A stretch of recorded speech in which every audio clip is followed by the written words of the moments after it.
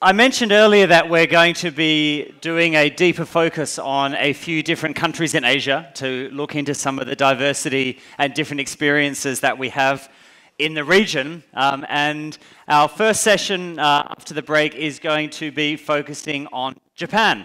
And we've got an excellent lineup of speakers from some of Japan's top companies and also from the government sector who'll be giving us an introduction into the situation. Just to begin, I'd like you to join me in welcoming my guests on stage. We have Naosuke Fujita, the Managing Director of Goldman Sachs in Japan. Also, Tadashi Fujita, the Executive Vice President of JAL Airlines. Tomoya Hosoda, who is a local councillor for Iruma, which is just near Saitama, north of Tokyo. And also, Yasushi Takayama, the Chief Legal Officer of Nomura. Please join me in welcoming them. Yeah. And just to begin, I'm going to start off our session at the suggestion of Fujita-san by doing one of our polls with our yes-no and asking, do you think Japan is a leader in Asia for LGBT rights? So yes or no? Do you think Japan is a leader? All right, so vast majority saying no. So this is something for our panel to get into over the next 45 minutes or so. We are going to be having some speakers using Japanese. So if you don't speak Japanese, you might want to put your translation headphones on in anticipation. Naosuke, if we could begin with you from Goldman Sachs. Can you maybe begin by telling us your personal story of how you became an LGBT ally? Right. So my journey started when I joined Goldman 8 years ago. That was my Ally 1.0. But my Ally 2.0, my real journey, started almost 3 years ago to a day when a colleague of mine that I had known for 13 years came out. He reported to me, and on one of our catch-ups, he came out and told me that he was gay. I was delighted.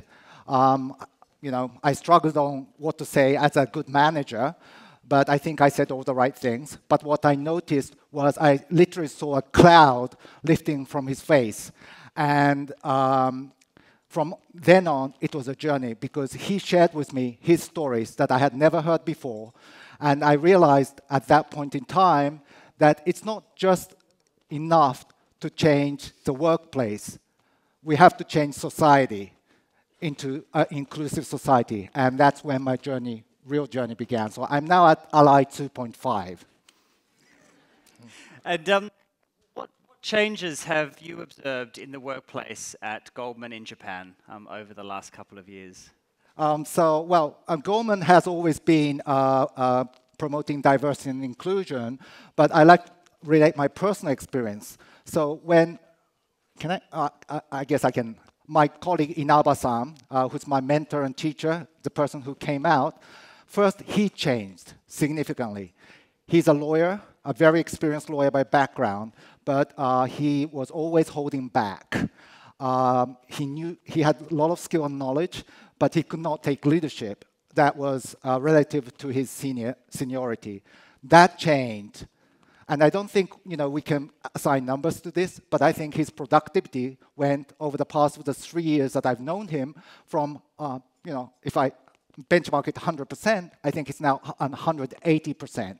He's a leader, not just at work, but he's become the co-leader of our Ally network, or LGBT network in Tokyo. He's also now a director of an NPO that we started 2 years ago, and he speaks at conferences, he speaks in front of 200 people, and he does a much better speech than I do. So that's changed. And then teamwork changes, because he can bring his full self to work. So everyone has observed that he's become much more proactive. He would lead, he's not shy to lead events and lead the projects that we need to lead. And so that's been a huge change.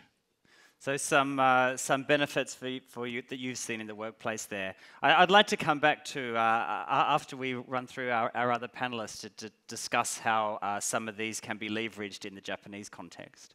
Tadashi from Japan Airlines. Yes. So maybe we can begin, if you can tell us what does Japan Airlines do in this space, and what has your experience been as an executive there? Okay. Well, my case is quite similar with American Airlines. We faced the bankruptcy in 2010, and many people in the company got hurt by the redundancy and restructuring. So new management team has said the company's policy makes all the employees happier, materially and intellectually, because happy people can serve happy service. So along this corporate policy, we get really involved the diverse culture and have offered the chance to those who have a passion and ability. And we recognize diversification of the human resources brings a new creation of the value. So in 2016, our top management had announced we really involved to approach the LGBT, not only internally, for the customers also, by learning the experience, and we are after the, we look after the competitors and all other companies in the worldwide. So the things is going well, and our company is developing the creation and innovation this side. So you mentioned before we had heard the American Airlines example in the morning session. Do you think there was anything that has been very different about JAL as sort of an Asian airline rather than an American airline operating in Asia? Are there some things that you need to do differently? Well, we based on the customer service-oriented company. However, to be a global company, the culture of Asian countries are more passive attitude toward those issues. But now we are more positive issues to those all the issues.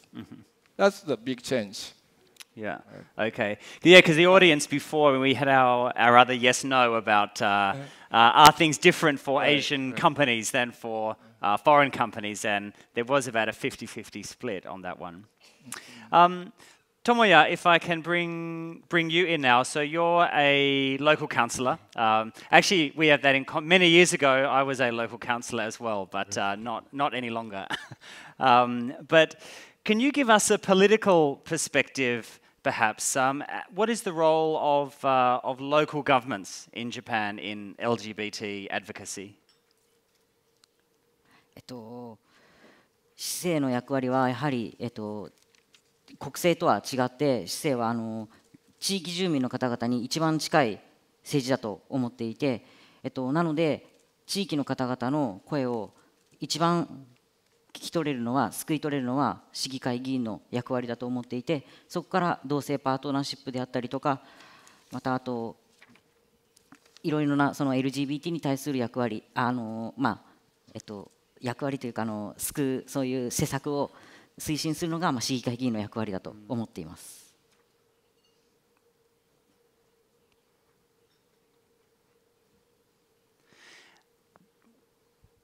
What has been your experience of diversity in government in Japan?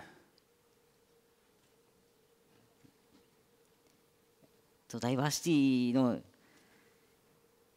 役割は、その人の個性や多様な背景が仕事で活かせるのは素晴らしいことだと思うんですけど、しかし仕事に生かせる人々ばかりではないと思うので、秀でた能力がないマイノリティの方たちを生き生きと働く場所を作っていくことが大切なのではないかなと思います。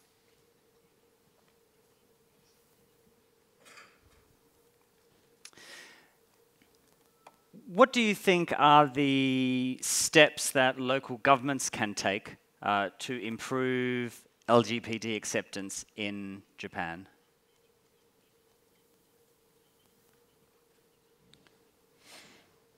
改善するため、日本の、政府の改善するためには、議会で、細かく、その LGBT とか、性的マイノリティっていう対するその問題を、細かくもう上げていく。先ほど言っていたようにアジアや、日本では全然この LGBT に対する、このなんていうか周りのその環境が進んでいないので、そういうところを細かく取り上げていくことが一番大切なのではないかと、一番近道なのではないかと思っています。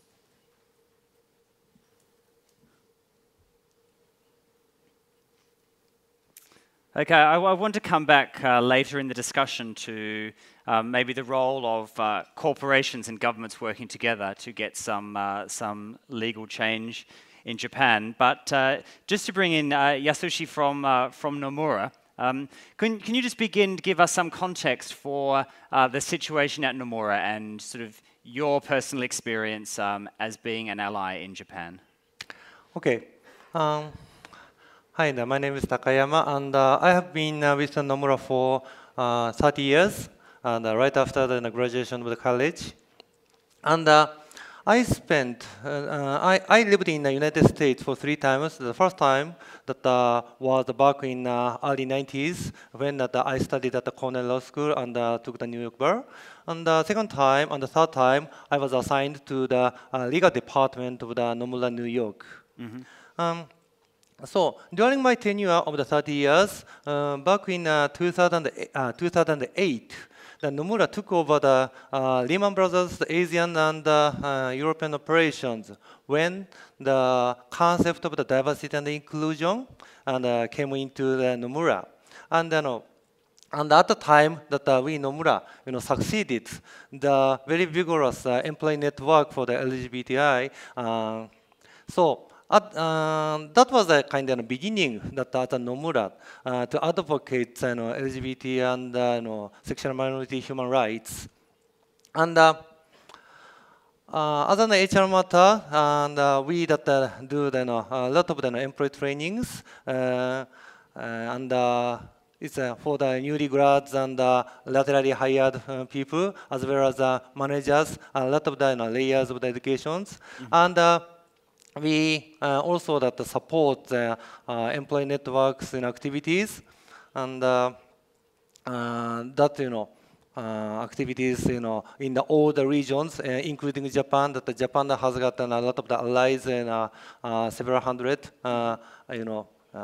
allies already who already declared. And for myself, I used to be I used to be thinking like I'm a quite neutral guy.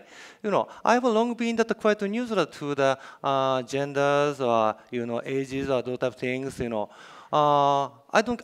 So like I'm thinking like I don't care if you are kind of woman or if you are man or if you are like a homosexual or if you are heterosexual.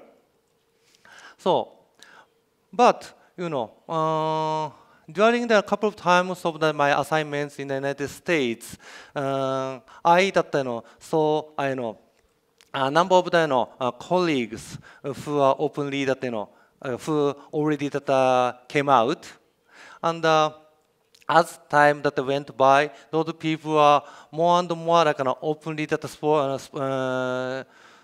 spoke out their experiences that in leisure time, weekends. Hey, like my gay colleague very in a cheerful manner spoke out his experiences in the weekends in countryside with his husband. So that was happening in the United States. But coming back to Japan, that sort of things were not very visible to me. And when I came back from the US to Japan last time in 2015, when I was assigned to the chief legal officer of the whole group, I really came to think that I should I should contribute to the society as a person in charge of the legal affairs, and because my experiences in the United States, like kind of very quiet environment that in Japan regarding the LGBT and sexual minorities, I was quite concerned. And at the time, I learned that Mr. Fujita, Naosuke Fujita, established a non-profit organization, the Lawyers for LGBT and Allies Network. So I thought, oh, this is it. So I joined the organization, and at the same time, that I'm the board member of the Association of the Corporate Legal Departments, which consists of more than 1,200 Japanese corporations, and their legal professionals get together to study a lot of the legal issues, as well as making comments to the legislation, proposed legislation, and those type of things. So I'm trying to bridge these two organizations. Okay. To raise the level of awareness in the corporate industry in Japan. That is kind of my basic story. It's quite interesting. You mentioned the importance at Nomura of sort of an acquisition or a merger of bringing in a different culture.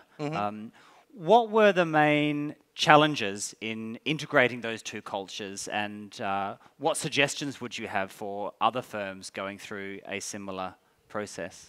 As I said before, as I used to be, a lot of the people in Japan are kind of indifferent. So, of course, a lot of the people in Japan, indicate their phobia to the sexual minorities. But more important issue is that the majority of the people are kind of very quiet and indifferent, as I used to be.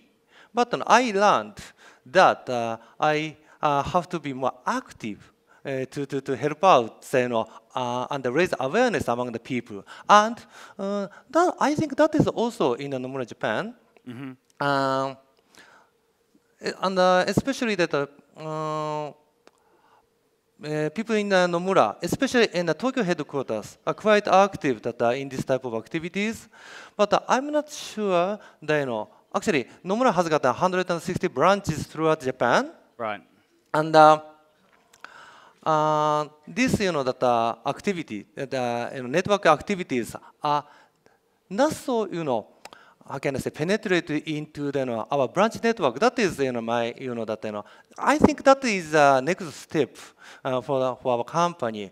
But good indication was already here. So a couple of months ago, our lawyers for the LGBT and Allies Network invited Mr. Ivan Wolfson to Japan, and at the same time, our Oita branch. The Oita branch is like 1,000 kilometers from the Tokyo headquarters. Raised their hands to host an event with a movie showing and a panel discussion. So. Gradually, that our branch guys, outside of Japan, Tokyo areas, got interested in this type of activities. That is a kind of good indication, I think. Right. I guess in the same way that we have differences between countries, we also have differences within countries. I've got a couple of questions I want to ask the panel, but then I'll be coming out to the audience. So if anybody has something they'd like to ask our panel about Japan, maybe get ready to raise your hand, or if you're shyer, you can put it into the app. Gentlemen, before we asked the audience if they thought Japan was a leader or a laggard in LGBT rights, and almost nobody thought Japan could be considered a leader. Was that a surprise, or do you think that is a fair comment? If I may, I don't think that's a fair comment, because countries change, as all countries do. I think the turnaround year for Japan was 2015. And it's been a turnaround year for many jurisdictions, including the United States, the Supreme Court decision in June for marriage equality. In that year, two municipalities, Shibuya and Setagaya, started their partnership, same-sex partnership. It doesn't have legal binding force, but that was a formal recognition of couples living in their wards. Now, that movement over the past 2 or 3 years have spread. So we now have 7 municipalities in Japan that have this non-legal partnership system, and that covers 4.5% of the Japanese population. 5 additional municipalities have already announced that they will introduce it. That will go to 7.5% of the Japanese population. And then 8 others are said to be considering it. And if they join that force, 11.5% of Japanese population will be living in a municipality or city that has the not legally binding, but partnership. And that starts a dialogue, a conversation, because before that partnership system is passed, there's going to be a lot of dialogue in the municipality governments, as Hosoda-san was mentioning, within the residents, and within the corporates that work in those cities. So there is definitely a good tide for change. We have a long way to go, but we're also aware that the eyes are on Japan because of the 2020 Olympics.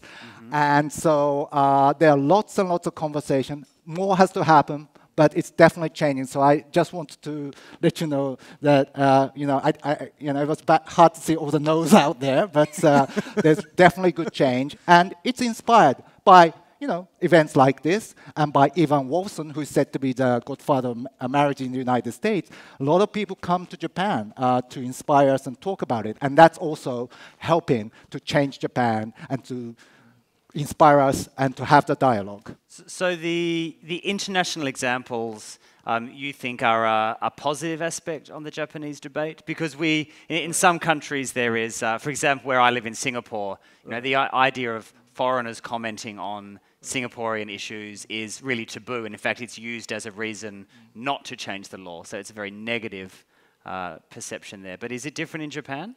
I think it's very important communication.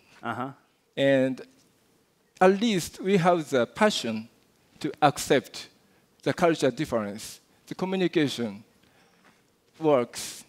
So in order to realize, in order to be educated, the people in Japan, we have to step forward to communicate with other countries or another culture, another organizations, to accept the values to do that. And I think recent years, Japan's culture is very acceptable. Generations have been changing. Millennium generation, Generation X, because in Japan the number is increasing. And it's very important that companies, that big corporate, lead this initiative, but also we follow the effort of local government is stepping.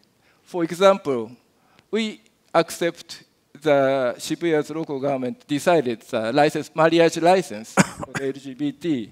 Right after that, we offer our mileage program, the same condition to those people. And internal, our staffs, we offer the same benefit service. And they have the license of the marriage. It's published by the local government.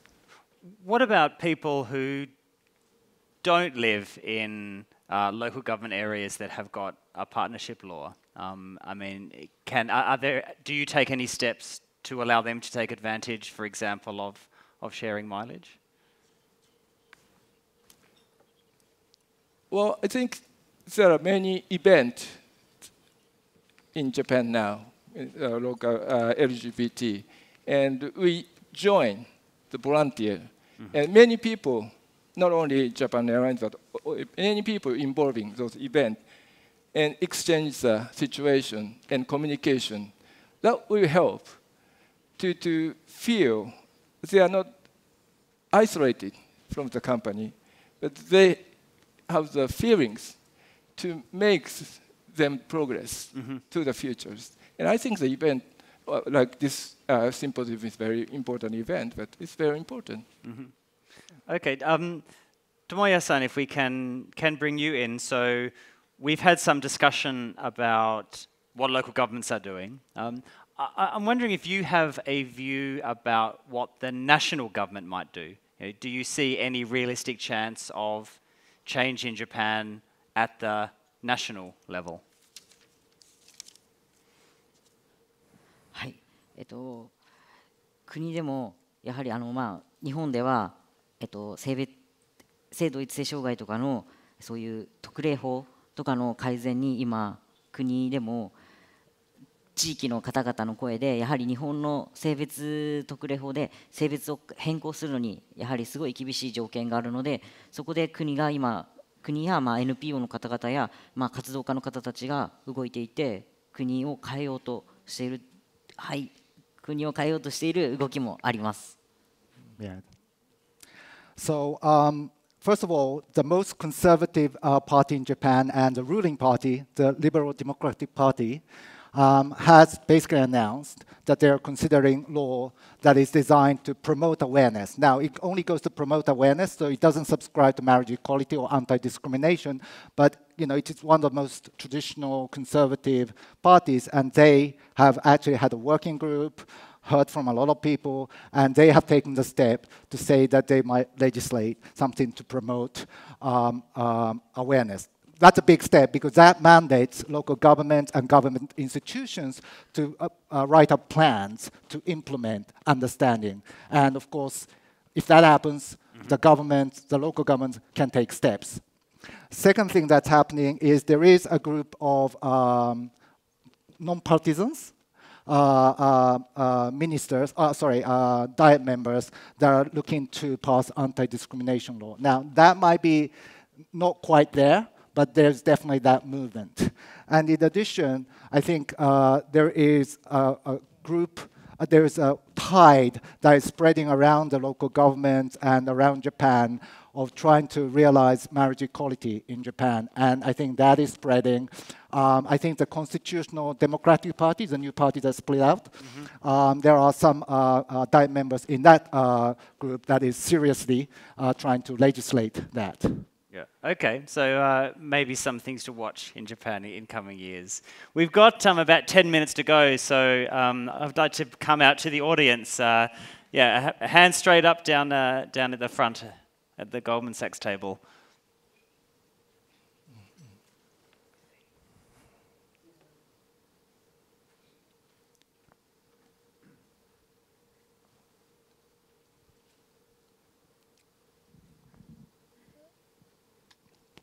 Maybe just say it loudly and I'll repeat it. Or no, it's working, yeah. Hello, hi. Michael M. from Goldman Sachs.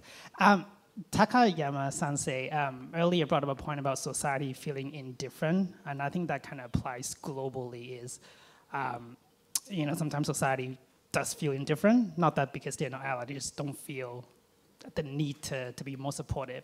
So just curious in your thoughts on what can we do from corporate perspective to make them shift the mindset from feeling indifferent to more to the advocate side of it? Thank you for the question. I think our corporate industry can do a lot. I don't have any precise statistics, but a lot of the people are working for the corporations, and they have a family, parents, spouses, brothers and sisters, sons and daughters.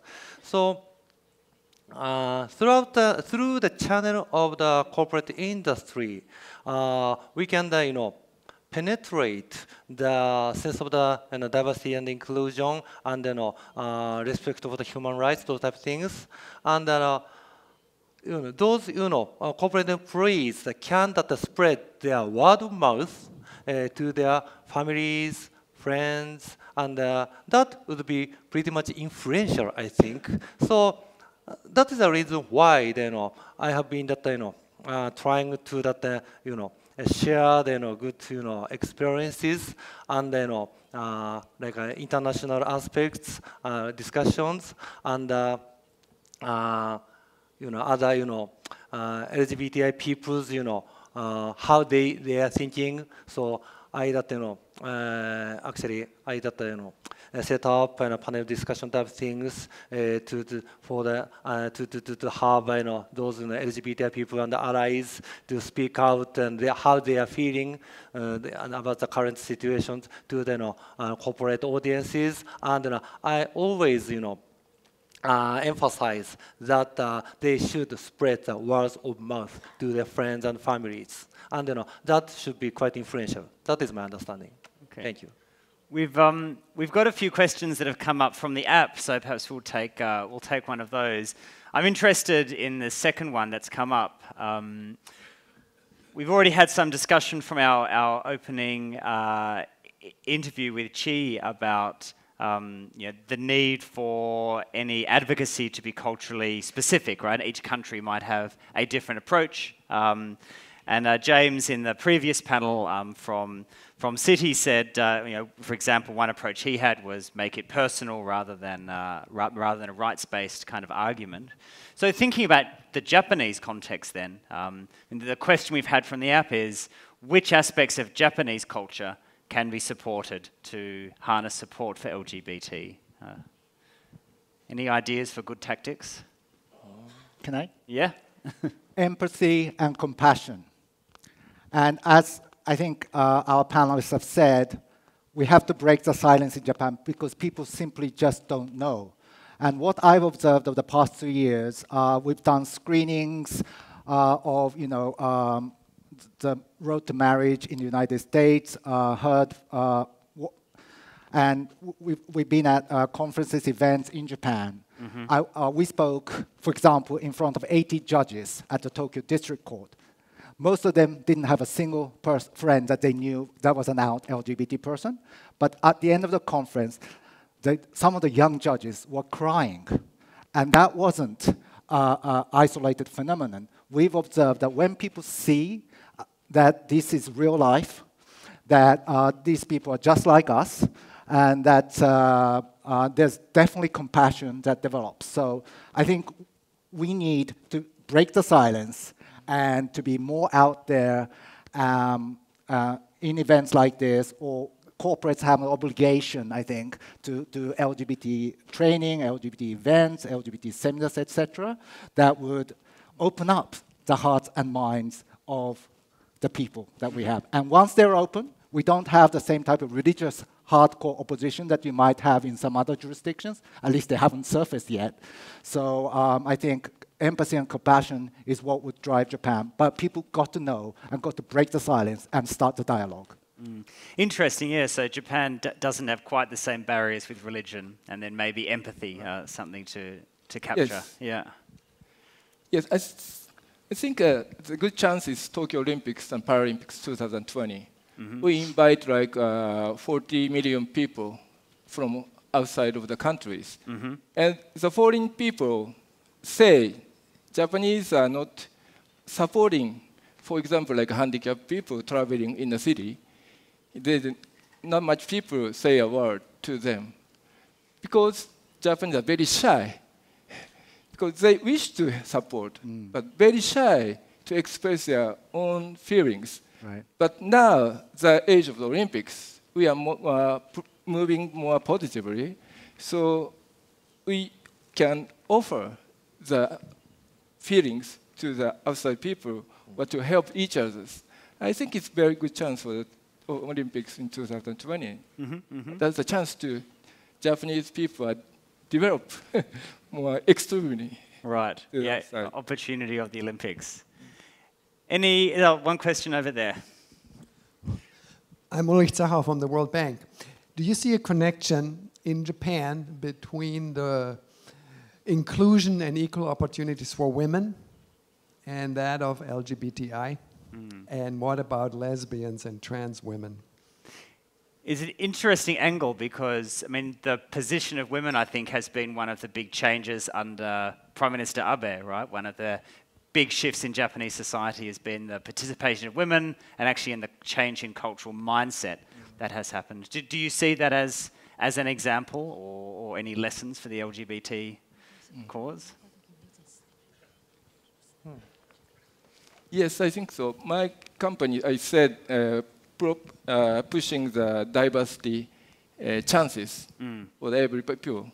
And we bring those women's activities in high stages.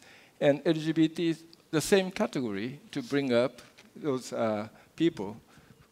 The company gives the more chance for them to make more active positions in the company. Right. Yeah, I agree. And I think that we have to think that this is a kind of a human rights issue, and the fundament is that everyone has to be respected as he is or as she is, and regardless of the gender or gender identity or sexual orientation or whatever. So yes, people understand that there's still a lot of room for the improvement in women's rights in Japan, but I don't think that we should do a tough battle between women's rights activities and sexual minority rights activities, and these activities should be that hand in hand to raise the awareness of the importance that everyone has to be given a respected as he is, as she is. That is quite important. And we have just over 1 minute left, so I can take one more question over in the back right. Yeah. Hi. First, thanks Community Business for inviting me. I represent a local company, a manufacturing company, and also I represent a LGBT and Friends choir, and we're going to sing in Japan next year. So my question is actually not a political one or a business one. It's actually more a cultural one. I came across an article talking about the culture of gay samurai and also the little golden age of homosexuality in Japan in like 1650 to 1750. And I want to ask, since we have 4 Japanese gentlemen in the panel, and I want to ask if that culture, is there any still of any part of that gay samurai or culture that is remaining in Japan now? If I lived in the 15th or 16th century, I could tell you. And I think we have a lot of professors here who've studied cultures in Japan, etc. But I do believe, and I read this, so I'm not acting out of any authority, but we did have a permissive culture, as I understand it, as you quoted, prior to the Meiji Revolution. But when the Meiji Revolution happened, a lot of things were brought in from the Western world that may have changed that permissiveness. Now, don't quote me on that, and please look up it. It's on Wikipedia by all accounts, as I would say. But that's what I understand, and I think that's happened in many other regions of the world, right? Maybe you might have had a permissive, or it wasn't an issue, but somehow a new system gets brought in, and that overlay, and that changes the society. And so that's how I understand it, my primitive first-year student response. Okay, well, we'll have to see what the 21st century brings us. Hopefully some changes perhaps coming in Japan.